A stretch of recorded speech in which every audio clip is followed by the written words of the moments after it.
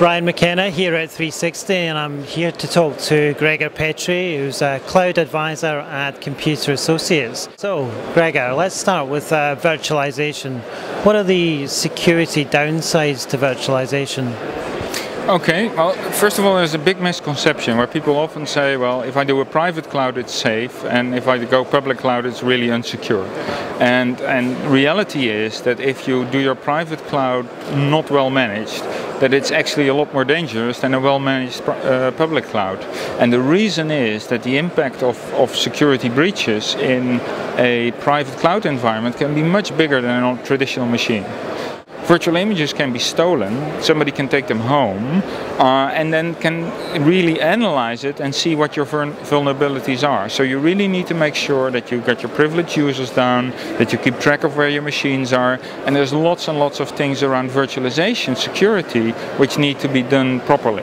We have a white paper of about 20 pages on that, so I won't go into that now, but there's really a lot of stuff that people already did on their traditional systems and need to continue doing on virtualized systems. And it's different there. And there's also some stuff they didn't bother with on traditional systems because, okay, it's in our data center, only a couple of people can get in the door, so we're okay. Now with virtualization, you really need to manage that. It would seem though that most corporate IT estates have been quite aggressively virtualized over the last sort of 18 months to 2 years. So if they're saying that security concerns are an inhibitor to moving to cloud computing, what's that about? It's a bit of fear for the unknown. It's also in-house, just by nature feels safer than going to an external provider. But I often compare it to a bank.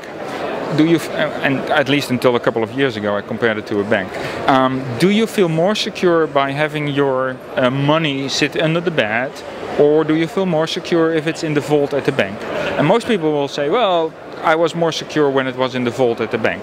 And some people will say, I got my house so secure that I'm completely confident that it's better here than at the bank. And we see the same thing with virtualization and public clouds. Some people have it down so well that it's actually safer. But in most cases, it does make sense to do some kind of audit and say, okay, how safe am I now? And couldn't I actually increase my safety by moving it out into the cloud? So is your sense that the virtualization that has been done across IT estates perhaps hasn't been done as well as it ought to have been done? Well, I wouldn't say it isn't done well, but what we do see is that people take what they run today and then basically re-host it on a virtual box.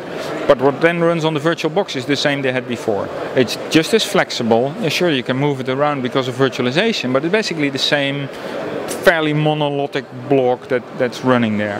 And the beauty of virtualization, the promise of virtualization, is that you can be a lot more flexible, that you can really scale up and scale down and go to dynamics.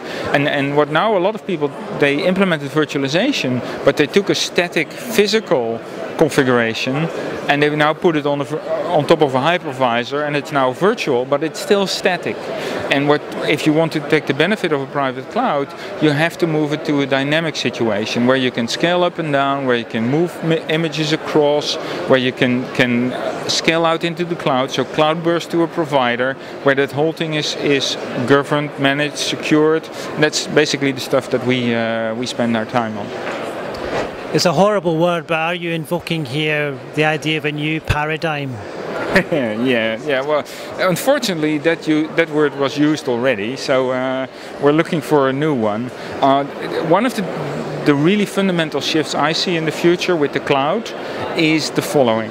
That is that people will say, I'm going to run something at a cloud provider, but if in the middle of the night my CEO calls me up and says, it's not working, then I want to have the ability to call somebody else out of bed and say, it's not working, fix it. And the reality is that with the big cloud providers like Amazon, they don't have a phone number. And that's not a fault of Amazon, that's a choice of Amazon. They say we offer generic infrastructure and we offer that really cheap, and we do that through a web interface, and we have an email address, and you can't phone somebody. And if you phone somebody, he wouldn't be able to find your load anyhow because it's all self-service, etc. Now that, for a lot of IT people, is a nightmare. If your boss calls and says fix it, and you can't do anything.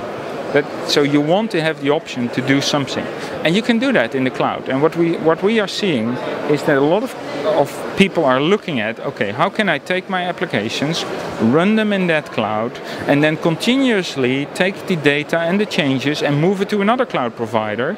And if the cloud provider I'm running on doesn't please me anymore, gets too expensive, falls over, has an emergency, has a denial of service attack, I do this and I start up in the other cloud. Now, a lot of people are still thinking, I can do that, but then I bring it in-house. But that basically means that you need a pipe this big from your house, from your data center, through the cloud provider. If you do it from cloud provider to cloud provider, those big pipes are already there. They already are on the fastest networks imaginable, and you can really have a very, very secure, reliable, and always available system by basically playing the two cloud providers against each other. The other benefit of that is that you can really, you keep your pricing flexibility. You can negotiate because you're not locked into that cloud provider. And that is where I really see the changes coming. That on a moment's notice you can move stuff from one provider to the other. Amazon is already offering spot prices. But not a lot of people are already using that.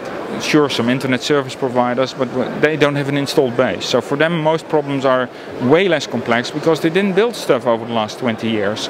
For those people that build stuff over the last 20 years and want to invest those protections, the cloud can also be a solution, but do it in a way that you can move it around like I just described. So this is basically your public transport analogy. Yeah, and maybe I need to explain that I came here to this show. We're in the center of London, so I took public transport, and everyone living here will say, yeah, of course you did. But normally, if I go somewhere, I take a car because I want to be in charge of my own destiny. And if it breaks down, I got the AA, but also I might be able to fix it myself, at least if my car was 20 years old. Not many modern cars you can fix yourself. Here I took public transport. I was fairly confident that I would get here. Why? Because I had a train and a tube. If the train broke down, I could easily take a bus, go to another station, take another tube. So there's lots and lots of alternatives. So by the fact that there was lots and lots of vendors or offerings out there, I felt confident that somehow I would get to this place in time, even though I was using public transport. Now, think public transport, public cloud, and if we then take that back to private transport, it just, the cost, etc., doesn't weigh up to the ease of use and the lower cost of using public transport. And that is, I think, the analogy that people should take with the cloud. So it's not like, okay, can I now from now on have somebody else drive me and then I pay the driver? No, it is about, is there an infrastructure in place where I have lots and lots of recovery options to continue what I was doing and reach the goal that I'm striving for.